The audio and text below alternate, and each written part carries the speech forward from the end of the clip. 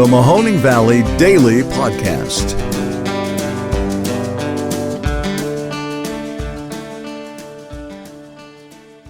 Well, George and Valeria Woloshin, thank you very much for coming on the Mahoning Valley Daily Podcast and, just sharing a little bit of time and a little bit of insight into a Russia-Ukrainian relationship that is as old as time. And you guys have some good insight that most people around here do not have. So thank you for coming on the show. Thank you. Pleasure being here, Ron. So we've known each other for a real long time. And I was like, hey, this is kind of cool. I know somebody who's, Ukrainian by ancestry and then an actual Ukrainian. Most people can't say that. I'm sorry. I mean, Yep. But also, looking back, going to a Ukrainian Catholic school, there aren't many places in America that kind of have that either. So it's just a testament to the roots of the Ukrainian people in the Valley that was even possible. Yep. So first, I just wanted to say thank you very much and Merry Christmas, Happy Holidays. And Merry Christmas. We're meeting after bedtime for the kids, so the audience knows this is usually prime interview time. And I noticed that most of my folks that I do interviews with, they have kids too, and they're like, yeah, no, not until 8:30 or later. Yeah, for sure. That's just how it is. But tell me first, were you doing business in Ukraine, or were you living there, George? Or how did that happen in terms of a relocation or you going over there? Yeah, so when I went over there, and I actually found a job. So, I work in a consulting industry, and I support accounting and finance groups. So when I went over there jobless, I Googled consulting companies and practices and started setting up interviews with people. And you went over there jobless, but with a resume that included a very necessary bilingual skill set. Yeah, I don't think that was I think that was attractive to some folks. Yeah, it was. But I don't speak fluent Ukrainian. I speak. You speak decent Ukrainian. Say primitive Ukrainian. Yeah, I just forget over the years, and I don't speak it every day. So, but over there, you get a little more used to it, of course, and you start speaking it. And I think more or less people were intrigued to talk to me. So I set up a number of interviews, mostly because people were just simply curious, what's an American doing here? It was that novel. Yeah. Oh, yeah. I was in the eastern portion of Ukraine called Donetsk, and it's where led us from. Yeah, it's our hometown. So I thought everybody was really welcoming, and so I set them up. I left voicemails, emailed them, and slowly I started to set up meetings, and it was cool. I mean, it was an interesting hour, and they were very hospitable. And each time, not to say that they had opportunities, and they just wanted to talk to me and understand what I wanted. Yeah. I think what you add is actually that it was very people were very interested to hear more about Western mindset as well. Right. And you have you can give a lot of examples on when you were working for ADACO, how they were impressed with the way things are done, because they were picking your brain. Kind of, sort of, but it was just they were not always used to. I think it's there's a certain over there, and I think it maybe applies to European countries. I'm not sure. I just heard this from my peer group, which were representatives from other countries in Europe, like Italy, Turkey, Greece. I think it's just a Western mindset how to conduct business, and there's a level of building relationship, it's especially building relationship. It's proactively pursuing relationships versus only engaging with the organization if they want to buy something. Transactional only versus versus future building relationships. Exactly. And so that was something new, and also this great sense of urgency that Western people have. So it's getting up in the morning early, starting early, moving fast, getting things done. That multitasking. that pace of work, I think was attractive. In addition to my story, what's an American doing out here. So, but that's what I was doing. That's how I landed a gig, actually. And lo and behold, I still have one person I interviewed with turned out to be a friend of mine. I used to hang out there, and I still talk to him. So he was actually worked for one of the big 4 accounting firms out there. And we still keep in touch. So and you also made more than just business relationships, shall we say? Sure. Yeah. So we got to know each other over there. We actually got engaged. And then because of the war in 2014, I lost my job. I was an investment for this organization, was Adecco, one of the largest staffing companies in the world, who wanted to start a certain division that they had and expand upon it in Ukraine. I was an investment when I started. That was when the start of the war happened. That's when Russia invaded Crimea. And this was when was the Maidan? That was it was 2013. It's probably started November 2013. So right before. Yeah, right before. So, yeah, so that's when the whole thing called Maidan started. It started actually, obviously, as a rioting of the students and just young people downtown Kiev, which is the series of protests, because you had basically eschewing joining the European Union, right? So they said, we're not going to do that anymore, and we're going to be more pro-Russia again, and people were not happy about that. Well, there's much more to it than just that. There is a lot of theories, obviously, on what happened. Obviously, the current president, the president at that time, Yanukovych, he wanted to go. He was turned between going to Russia, like into Russia's direction, keeping that friendship, because there's still a lot involved in there, like the gas and stuff like that. And it's a rich country. We were like a brother nation, they call it, for a very long time. So it's again, that partnership kind of made sense, not only politically but also financially. But a lot of people were just tired of that, because also Russia is known for a crazy way of conducting themselves, just being not truthful. Just again, everything around it is just like sometimes so medieval, partially, the way they just operate. Sure. That's and they hold on to that as a tradition, so it can be a good point and a bad point, holding on to those long-standing traditions, right? I mean, exactly. But Yanukovych was also known as like the world's #1 most corrupt leader. So they kind of wanted him out of there, right? I think they all corrupt, it's not the first corrupted president. It's just, but he was caught by hand. He was definitely corrupt. Stealing about $70 billion in. I remember seeing his house. Yeah. Well, his house, we've been there. It's a museum now. It's a museum. Yeah, it's incredible. Cool. Yeah, it has its own. So I think that people should know that house has its own zoo, its own gas station, its own. So it's like a little city, and that's just his house. Yeah, yes. So much more than just a house. Yes. Mm-hmm, and paid for by the people. Toilets and stuff. Paid by the people. Yeah. Well, that's that's the hardest part about separating from Russia and even the Soviet Union. So breaking their sphere of influence involves a lot of people to stop taking pay and payoffs, and that's hard to do. So people in critical political positions will need to stop taking money, and that's tough to do when in an environment and an economy that's not as prosperous as one here in the United States. So prosecutors and other people involved in writing the laws are very influential in what happens there, and if they're on the take, it's tough for them to do things for the greater good. It's tough for them to rise above their own personal, which is difficult. I mean, you're looking at salaries for the president was like $98,000 for the president of the country, and prosecutors, they're probably 50,000 a year or 45. And there's a lot more money out there for them to get if they play ball. It's just like there needs to everybody. It's just hard to do it. It's just going to take time. You gotta. What's the greater good is for the people, and slowly it's about year after year, generation after generation.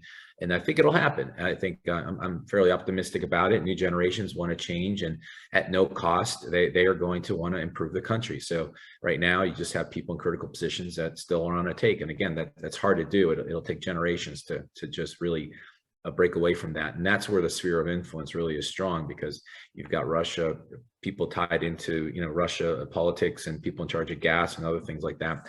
Russia's just dangling a carrot in front of you and offering you money and takes. And so it's hard to change. It just is. But I think we're optimistic, and it'll take generations, but it will. I think I heard somewhere that it's like not just brother and sister nations there, but also Belarus is, closely tied in with the other two.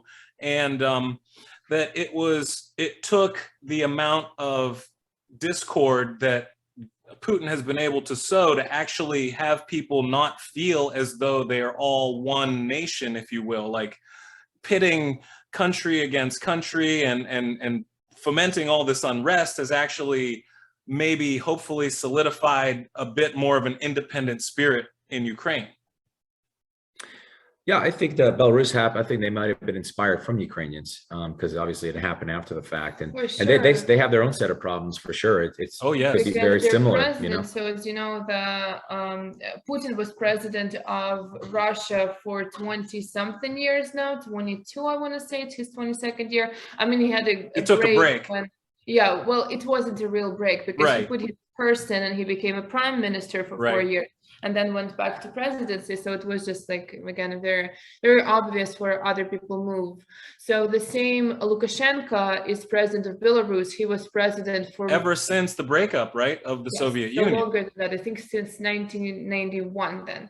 And people are tired. People are tired of his ways. And he was just like, he was not given, like, people chose another candidate, and he was just trying to as very common back there, he was just trying to mix up the votes, making himself a winner, which is not.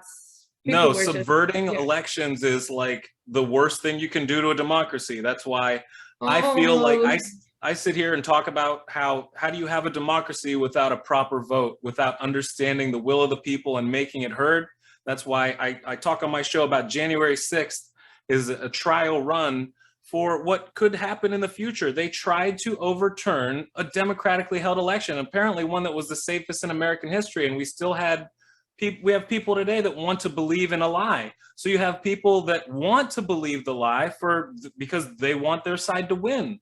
So it's like they would rather throw away democracy just as long as their side wins, and you'll have that as well.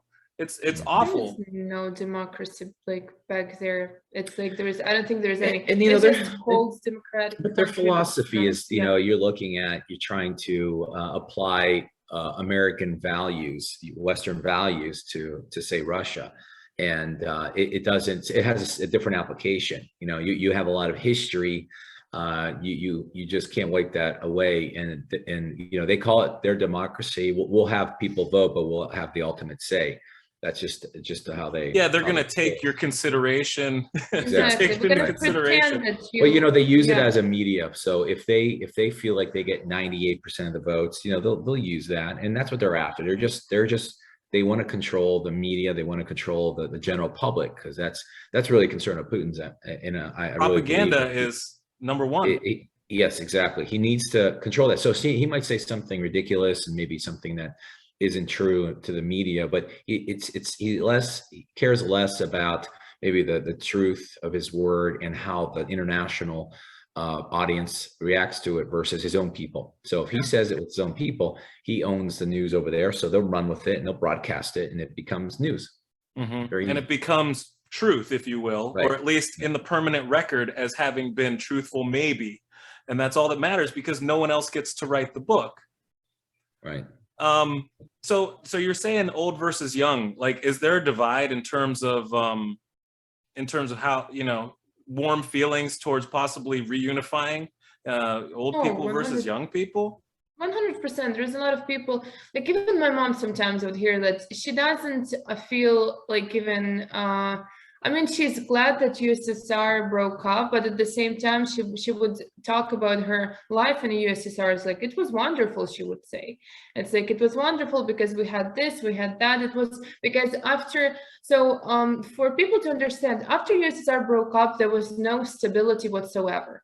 So since 1991, it was just a very hard time for the country when the rotation of power, rotation of politicians, rotation of everything, just people did not have stability. And in last 20, almost 30 years, there was so much, there was crisis after crisis, revolution after revolution. So it was the most probably unstable years of the country, which is understandable because it's like the country establishing their independence and just, But at the same time, for people, it's stressful because it's like the country like becoming poorer and poorer and poorer. People and the devil that you know is sometimes better the devil that you don't. And let's say even under, communism, perhaps they under-delivered on what they, promised and what the overall ethos of it was, but at least it was something, and it wasn't the crapshoot that capitalism could be and ended up being in a lot of places. Well, it takes time, that philosophy, democracy takes time. And there was a period of time where you had a lot of the Arab Spring happening, right? A number of years ago. It's I guess with there was a period of time where a certain administration believed in spreading democracy. And I believe that too. But I think there should be a asterisk there where, sometimes people aren't ready for it. And so you just can't say, today we're going to start a democratic society, or today we're going to start that. It takes a long time of conditioning. It just can't happen overnight. I guess it can on paper, but it's more difficult than that. You have a lot of people that don't quite understand what that even means. So, but the buy-in is the first step, right? You have to have as many people on board with the idea of the project. But then, just like in America, there was a lot of going through the annals of history to find out what types of rules and constructs were going to be necessary to make this work in the long run. And that was specifically tailored to where we were at over here. And obviously, like you said, it doesn't easily export everywhere, but you have to have those bulwarks in place if you want it to continue. Yeah, I mean, the forefathers were super smart, and you read anything early on, and it's incredibly smart, and how they applied it. It was just unique. The forethought is very scary. Very wise individuals, very good, astute students of history, and understanding the pitfalls of mankind in general. And But just one note on that. I mean, you're talking about, you need two things: is you need people to trust the government, which won't happen overnight. And people are surviving. People are always in survival mode.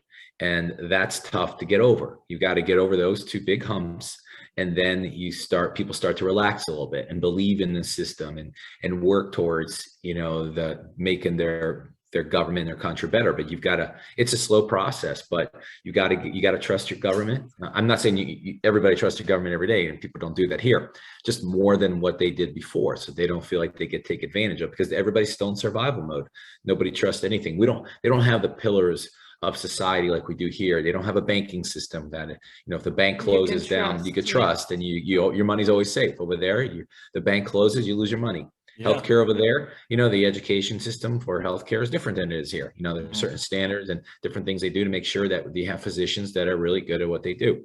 Over there, you could maybe pay your way through school and you still get a certificate and you're a physician. And then the healthcare system could take advantage of people. And you've got healthcare hospitals that, you got to pay a nurse for extra care. You got to pay a doctor for a little extra care because they just don't make a lot of money. So the healthcare system isn't here.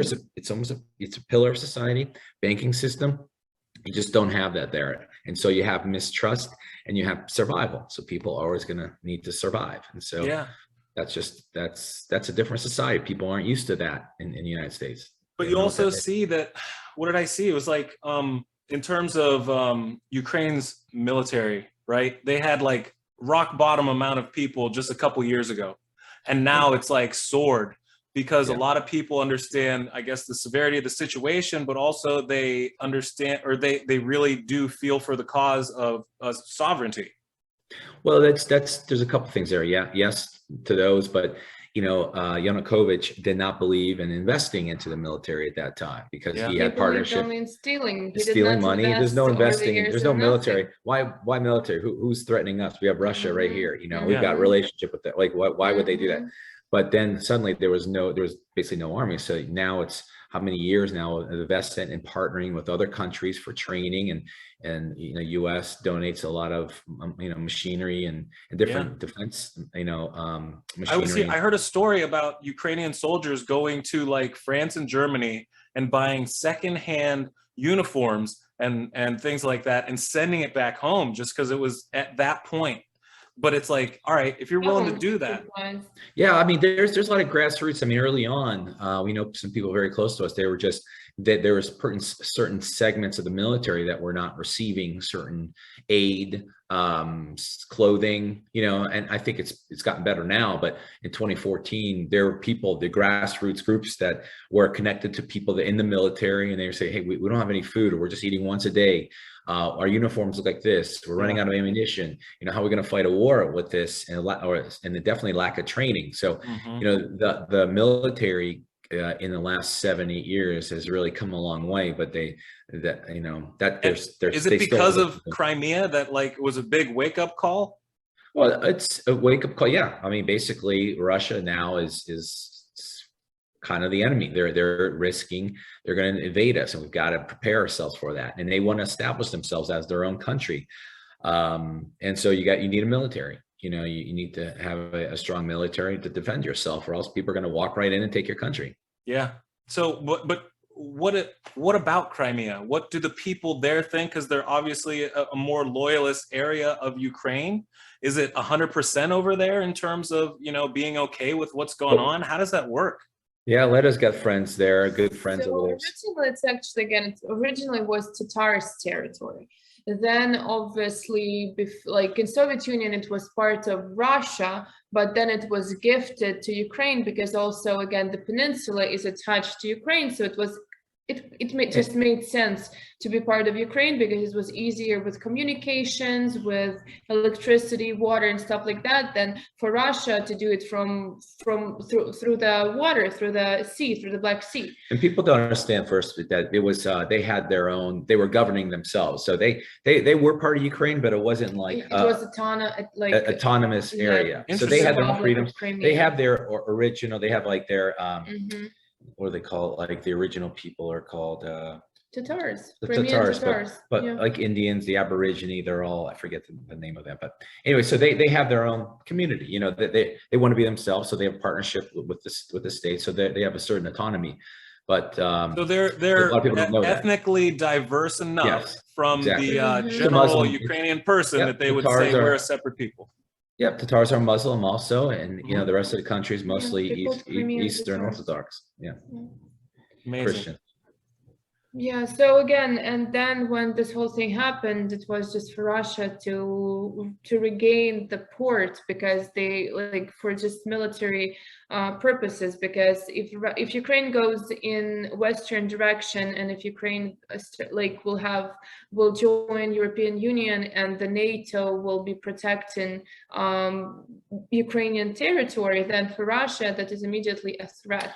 Yeah. So in 2024, there was a lease. 2023, don't quote me on the years, but the lease was running up for one of Russia's largest naval bases, which was on Crimea. So Russia was leasing that naval base from Ukraine.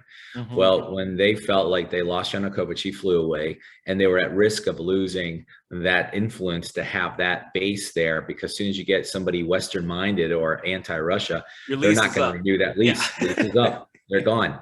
And immediately you don't hear about. I don't know why they don't talk about that. Like, that's not even like, it's something that I think is very important, that once he felt that way, it happened almost overnight. It happened overnight. He took it. Military bases are extremely important. You look at our interests in obviously Afghanistan and Turkey. I mean, those are I mean, it's basically a landlocked country. So that's his waterway to the Mediterranean. So in terms of the future, like, what do you think? Do you think, because this is just ridiculously terrible to like try and play out. Like, oh, okay, if he's thinking that there's some kind of inevitable action on his end in terms of trying to invade Ukraine because he knows that the U.S. is wounded right now in terms of deploying troops, especially unilaterally. And we haven't really had any tests in terms of the Balkans or anything like that, where we've had to defend the most recent European Union members or NATO members. You don't see the American sentiment being there for all this escalation of troop deployment.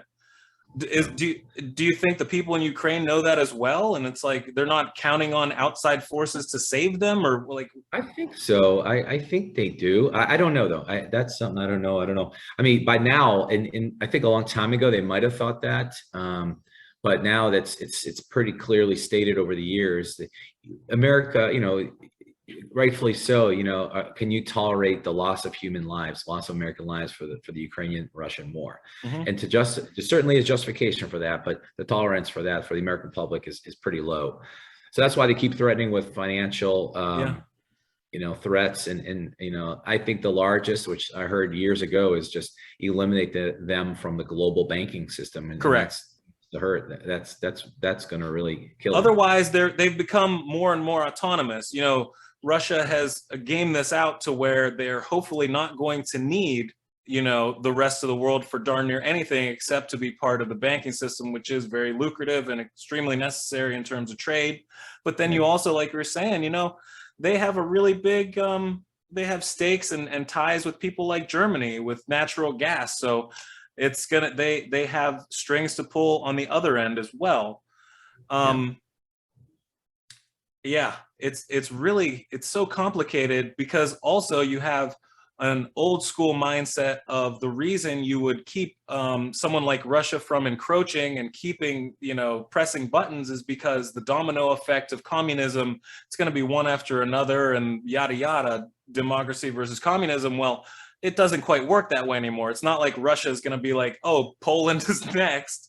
It's not how it would go this time. So the impetus for defense is not quite the same as well.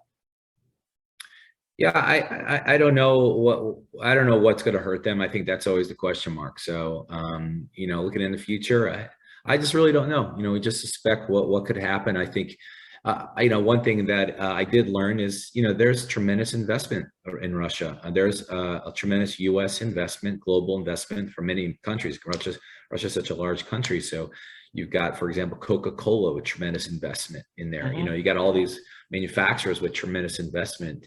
And they have such a large natural resource. There's so many natural resources in Russia. So anybody who deals with drilling or anything else, they've got some stake in Russia. So it has a giant effect if there is, any kind of really financially. That's why hurting them financially is really quite complicated, because if you're going to hurt yourself, possibly. You're going to hurt yourself. And it's the same thing with China, except, their best product is the amount of people that they have and just access to their markets. So you see all these corporations that are really hesitant to say a bad word about them because they don't want to lose that access. And it's the same way maybe in a more natural resources type state with someone like Russia.